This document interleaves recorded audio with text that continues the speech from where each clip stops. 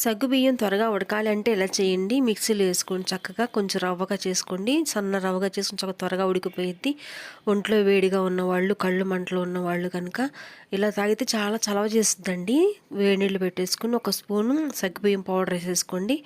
5 నిమిషాల్లో రెడీ అయిపోయిద్ది. సరిపడా బెల్లం వేసుకుని కొంచెం యాలకుల పొడి వేసుకుని కాసుకుని తాగితే కనుక ఒంట్లో వేడంతా తగ్గిపోయిద్దండి. వారానికి 2, 3 సార్లైనా తాగొచ్చు. బలం కూడా ఉంటుంది. వెంటనే శక్తిగా వచ్చిద్ది. నీరసంగా ఉన్నవారు ఇలా చేయొచ్చు. మా ఛానల్ కొత్తగా చూసారు సబ్స్క్రైబ్ చేయండి, ఒక లైక్ ఇవ్వండి.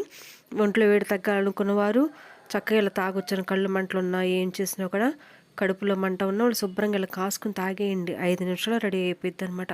చాలా ఫాస్ట్గా ఉడికిపోయిద్ది. సగ్గుబియ్యాన్ని మిక్స్ చేసుకుని పౌడర్ చేసుకుని ఉంచుకున్నారనుకోండి ఎప్పటికైనా ఉపయోగపడుద్ది. చక్కగా వాడుకోవచ్చు. చక్కగా ఇలా కాసుకుని గోరెచ్చగా తాగారనుకోండి గొంతులో ఉన్న కఫం అంతా కూడా పోయిద్ది అనమాట. గొంతు సమస్యలు తగ్గిపోతాయి. చాలా బాగుంటుంది. ఓకే అండి, బాయ్.